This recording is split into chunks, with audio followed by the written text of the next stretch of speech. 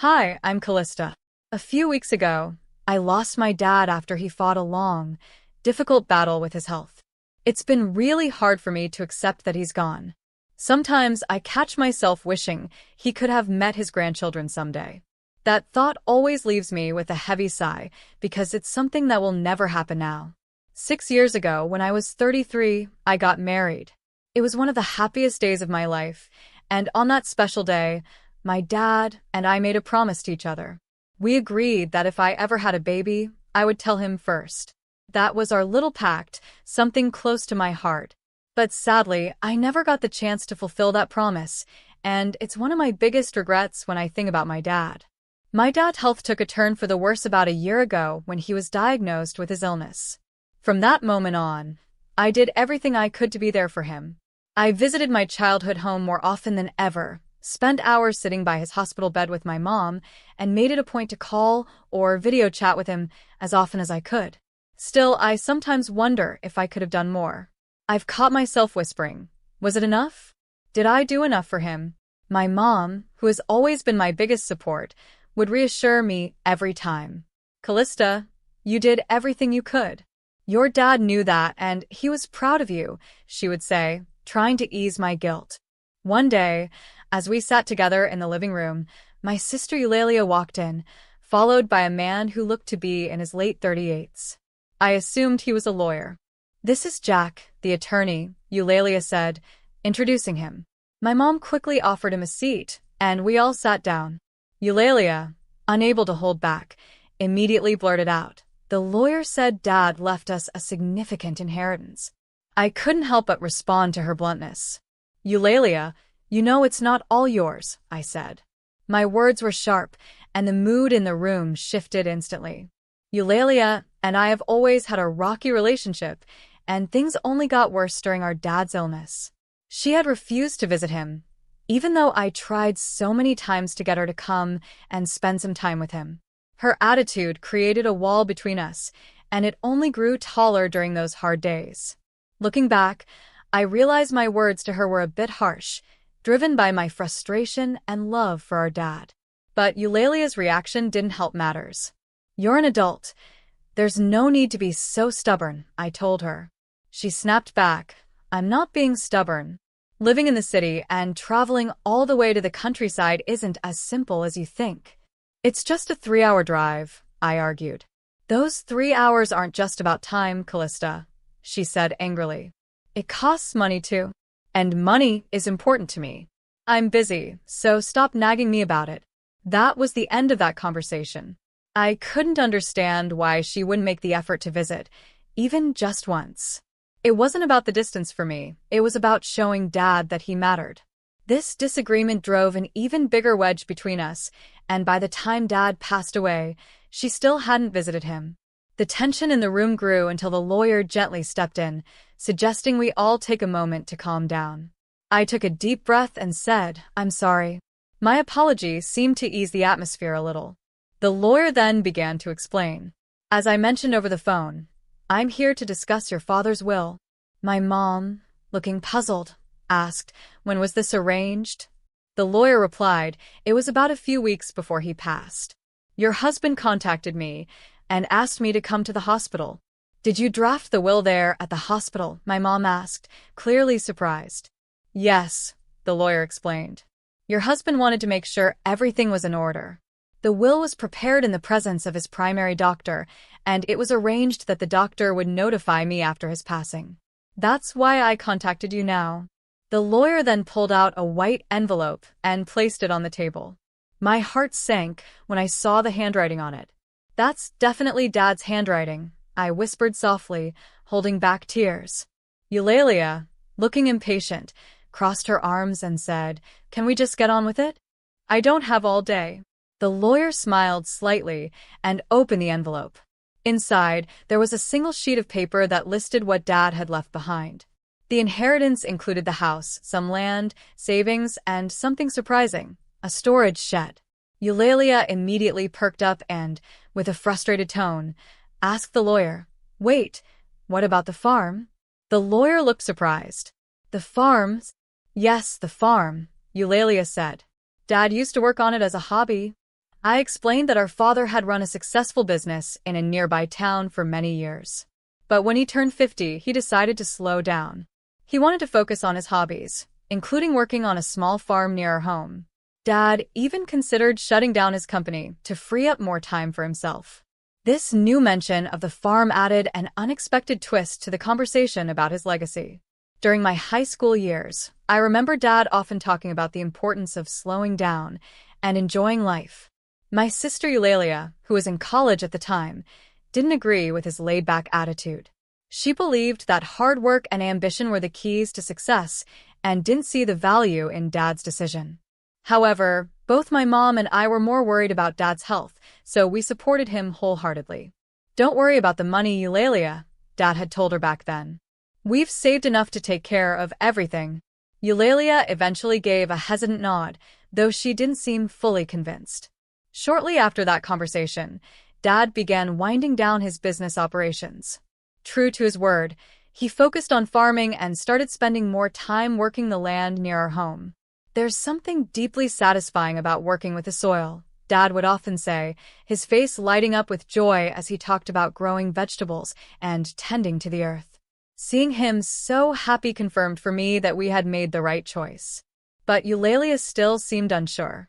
After graduating college, Eulalia had promised to return home and spend more time with the family. But instead, she built a career near her university. Eventually, she married the CEO of a successful IT firm she had met through her job. With her busy life in the city, she rarely visited home. As we talked about Dad's will, Eulalia insisted the farm should be part of the inheritance. Her insistence prompted the lawyer to take a closer look at the documents. After some digging, he discovered that the farm wasn't actually owned by Dad. It was leased land. "That can't be right," I said, surprised. "I had always assumed we owned the land where Dad farmed." Eulalia's expression changed as the realization sank in. It was disappointing, but in a way, it was also a relief. None of us knew much about farming, so maybe it was for the best. The discussion then moved to how the inheritance would be divided. "The house and the land directly surrounding it will go to your mother," the lawyer explained. Eulalia smirked, probably thinking about the rest of the assets that were still up for grabs. "What about the rest?" she asked eagerly. "The remaining assets include savings and a storage shed," the lawyer continued. "These will be divided equally between the three of you." "Savings? That means cash, right?" "I'll take that," Eulalia quickly declared, her eyes lighting up at the thought of the money. "The total savings amount to approximately $200,000, the lawyer informed us. This sum is not subject to inheritance tax." Eulalia leaned forward with excitement. "I want the $200,000 in cash," she said triumphantly, as though she had already won. Her confidence didn't sit well with me. "Hold on," I said, raising my voice a little. "I don't agree. Why should you get all the cash?" "Because I'm the eldest," Eulalia shot back, as if that was a good enough reason. "Fine," she added dismissively. "You can have the storage shed." "What's that even worth anyway?" Her tone annoyed me, but I stayed calm. The lawyer clarified, "The storage shed is located near the farm. Whoever inherits it will own the shed, the small patch of land it's on, and anything inside it." Suddenly, Eulalia seemed more interested. The mention of additional land caught her attention, even though it was just a small plot. It struck me as strange that someone married to a wealthy CEO would be so fixated on getting more. The lawyer continued, "The land attached to the shed is about 75 square feet, roughly the size of a small bedroom." He then placed some photographs on the table to show us what the shed looked like. The photos revealed a neglected structure. The shed looked worn and weathered on the outside, and the inside wasn't much better. It was filled with simple gardening tools, things like hoses, scissors, and shovels. Nothing in the photos seemed particularly valuable. Eulalia's face twisted in disappointment as she studied the pictures. "I don't want this," she said firmly, pushing the photos away.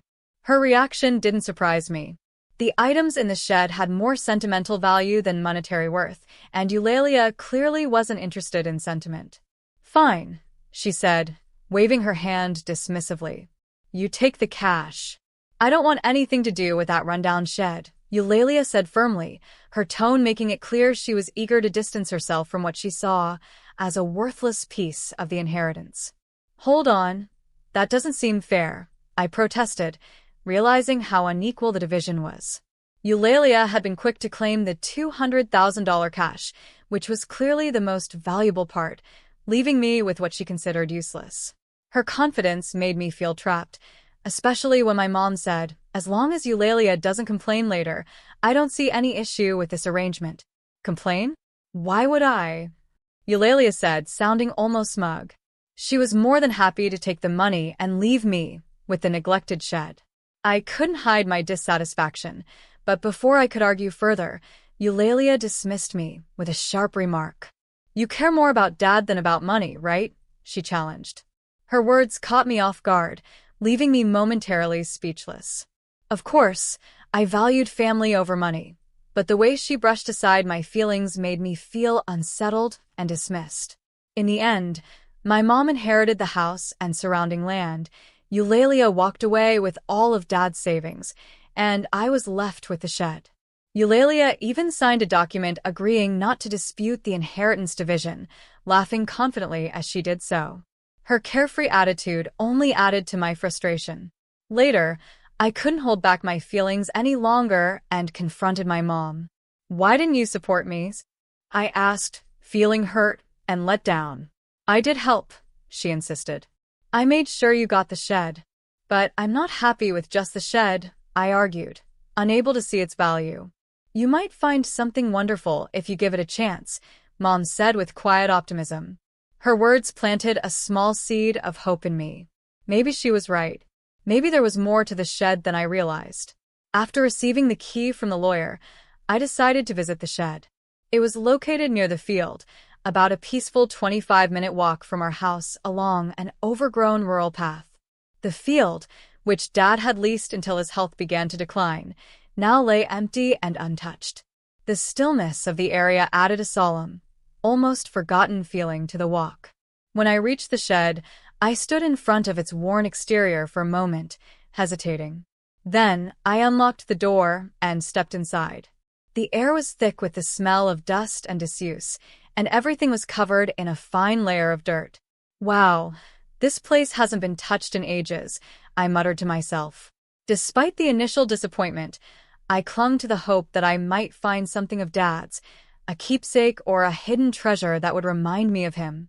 As I looked around, I saw that the shed was just as it appeared, a simple storage space filled with old farming tools. Shovels, hoses, and scissors lined the shelves, and there was nothing that immediately seemed special. Maybe I should just take what's here for now, I thought, my eyes scanning the dim, cluttered room. But as I continued to look around, something about the shed felt odd. The interior seemed smaller than the exterior, like there was less space inside than there should have been. Am I imagining things? I wondered. To make sure, I stepped outside and walked around the shed, trying to get a clearer perspective. That's when I noticed something that stopped me in my tracks, a second door, hidden behind a thick cluster of trees at the back of the shed. "Wait, another entrance?" I gasped, my heart racing. From inside, there had been no sign of this door. It was as if the space behind it didn't exist at all. The realization filled me with excitement and curiosity. Could this be one of Dad's secrets? He had always loved surprises, whether it was hiding gifts on my birthday or planning unexpected adventures. Memories of those moments with Dad brought tears to my eyes. This discovery felt like one of his little surprises waiting for me to uncover. Wiping my tears, I re-entered the shed, determined to find a way to open the hidden door. After searching through the tools and shelves, I found something unusual, a set of 3 small keys cleverly hidden in the handle of a shovel. My heart raced as I rushed back to the rear door, hope building with every step. I stood in front of the mysterious door, keys in hand, ready to find out what Dad might have left for me. With a deep breath, I inserted the first key into the lock, eager to see what secrets the shed held. I inserted one of the keys into the mysterious back door, and with a satisfying click, it unlocked. The door creaked as it swung open, revealing a cramped, hidden space. Inside stood a single large safe, solitary and imposing. My heart raced as I stared at it, a whirlwind of thoughts flooding my mind. Is this from Dad's company? I wondered aloud, the sight sparking a mix of curiosity and nostalgia. The safe seemed to hold secrets, perhaps even a final message or gift for my father. It felt like he had left me a piece of himself to uncover, a personal treasure hunt for me to embark upon. As I stepped closer, recognition washed over me. This was the very same safe that used to sit in the corner of my dad's office, a sight I remembered vividly from my childhood. I could almost hear his voice and see him working at his desk. The connection was immediate and emotional, filling me with a deep sense of nostalgia. This discovery felt meaningful, as though Dad had planned it. But knowing him, I couldn't shake the feeling that this was just the beginning of his surprises. There's got to be more, I whispered to myself as I inserted the second key into the safe's lock. The lock clicked and the safe door creaked open, revealing its contents. My breath caught in my throat as I stared inside. The safe contained a collection of valuable watches, each carefully stored and well-preserved. Watches had always been one of Dad's passions, but I never realized how extensive his collection was. The sight left me amazed, and I felt an overwhelming sense of gratitude. Realizing the significance of this discovery, I quickly secured the safe and went to inform my mom. Later, with my husband's help, we transported the safe to our house. As we carried it, I couldn't help but think about the implications of what I had found. The watches were undoubtedly valuable and part of my inheritance, but I worried they might also bring legal or financial complications. Determined to handle everything properly, I contacted the lawyer we had consulted earlier. He suggested I seek advice from a certified public accountant, CPA, to navigate the potential tax implications. Taking his advice, I reached out to a CPA recommended by a friend. The accountant was thorough and helped me handle the necessary paperwork, ensuring that everything was in order. About a year passed, and I had almost settled into life with my newfound responsibilities when Eulalia unexpectedly showed up at my home. Her visit was surprising, especially considering how strained our relationship had been since the inheritance dispute. I was just in the area, she claimed casually, but her restless demeanor suggested otherwise. We lived 35 minutes apart, so her explanation didn't quite add up. Despite my suspicions, I invited her in and offered her coffee. As she sat down, she seemed uneasy, glancing around before blurting out, "Did you win the lottery or something?" Her question caught me off guard. "What are you talking about?" I asked, genuinely confused. I didn't play the lottery, and it wasn't the season for my husband's holiday bonus. "What are you getting at?" I pressed, trying to understand. Eulalia's mood shifted suddenly to irritation. "Are you making fun of me?" she snapped. Her accusation left me even more puzzled. Her line of questioning seemed to come out of nowhere, and I couldn't figure out what she was hinting at. Finally, she admitted the reason for her curiosity. She explained that she had recently run into our aunt in the city. During their conversation, our aunt had mentioned receiving a $2,000 gift card from me as a thank you for visiting Dad during his illness. Eulalia jumped to conclusions. "You've come into some money, haven't you? Just admit it," she pressed, her tone accusatory. I let out a sigh, realizing where her assumptions were coming from. "It wasn't anything extravagant," I explained. "I just wanted to show my appreciation." But Eulalia wasn't satisfied with my answer. "Where did you get the money for that kind of gift?" she demanded. Finally, I decided to tell her the truth. "It came from Dad's inheritance," I said, explaining how I had discovered the safe in the dusty old shed she had so easily dismissed. Eulalia's eyes widened as I described the watches stored inside, a true treasure trove left by our father. Though I wasn't sure of their exact value, it was clear they were worth far more than we had initially realized.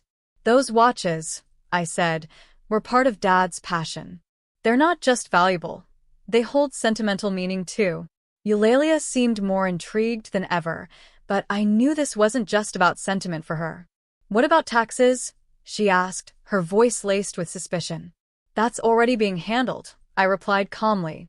I told her about my mother's advice to handle the situation transparently and how I had worked with the CPA to ensure everything was properly declared.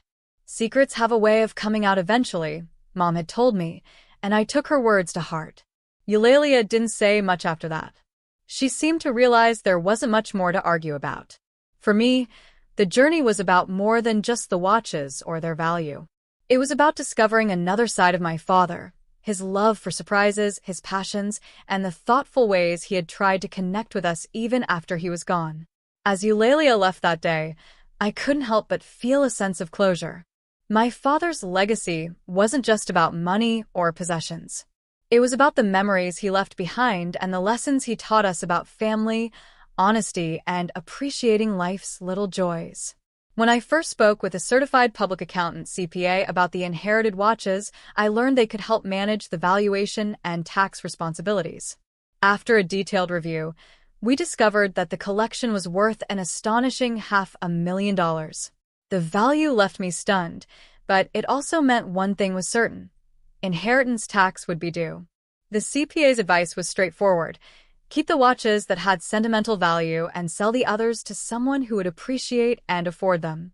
This plan made financial sense and felt emotionally right, as it allowed me to preserve the memories tied to my father while managing the practical side of things. From the sale of the watches, I was able to cover the inheritance tax and even share my gratitude with relatives who supported us during Dad's illness.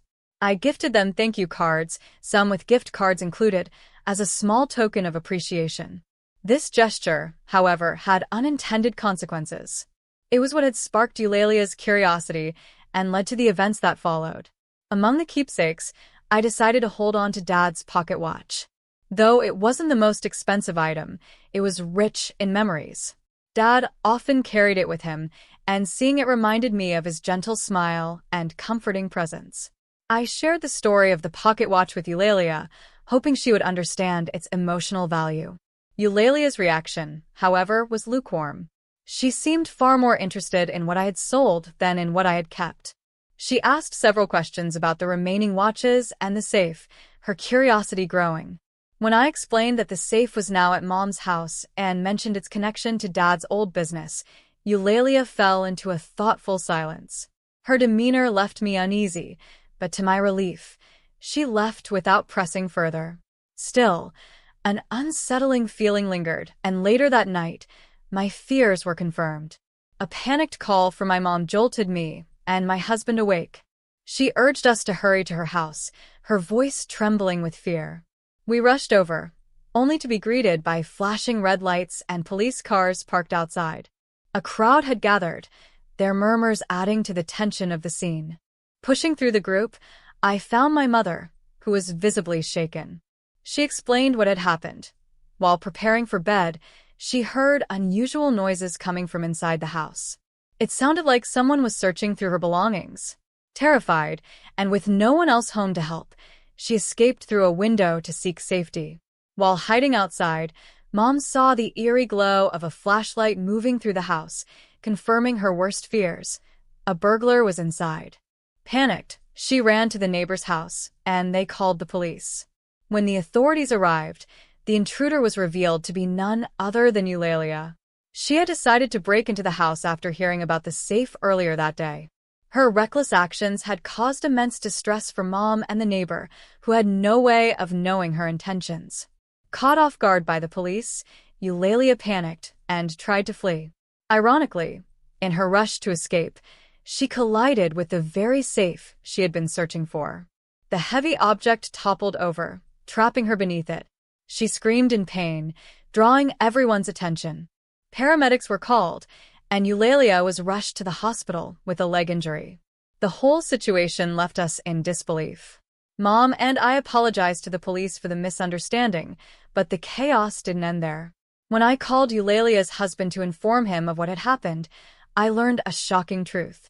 Eulalia had been hiding a significant amount of debt due to her lavish spending on luxury items. Her husband explained that they had recently argued after he discovered the extent of her financial mismanagement. Eulalia had already spent her entire inheritance trying to cover her debts. That night, she had stormed out, determined to borrow money from Mom. When Mom refused to help, Eulalia decided to take matters into her own hands, leading to the disastrous break-in. The news of Eulalia's actions was the final straw for her husband. At the hospital, He confronted her and announced his decision to file for divorce. Eulalia, in shock, adamantly refused. "I'm not getting a divorce. Absolutely not," she insisted. But her husband was firm. He presented her with divorce papers, laying out the undeniable evidence of their fractured relationship. With no other option, Eulalia reluctantly signed the papers, her face a mixture of shock and resignation. Now confined to her hospital bed, Eulalia seemed to be taking a hard look at her situation. I noticed her flipping through a part-time job magazine, perhaps realizing it was time to take responsibility for her actions. While the events were heartbreaking, this small step offered a glimmer of hope that Eulalia might finally turn things around. As for me, the chaos of the past year had made me think deeply about my own life and family. I decided it was time to move back to my childhood home. While my primary concern was Mom's safety and well-being, there was also a happier reason for the move. I had discovered I was expecting a baby. After discussing it with my husband, we agreed that moving in with Mom would provide the support we needed as we prepared for our growing family. Though I couldn't share the joyous news with Dad, I found comfort in believing that he would have been thrilled. As I look ahead to this new chapter, I feel a mix of hope and peace. Despite the recent family struggles, the thought of welcoming a healthy child fills me with optimism. Life may have thrown challenges my way, but it's also given me the chance to start anew, surrounded by love and the memories of those who matter most.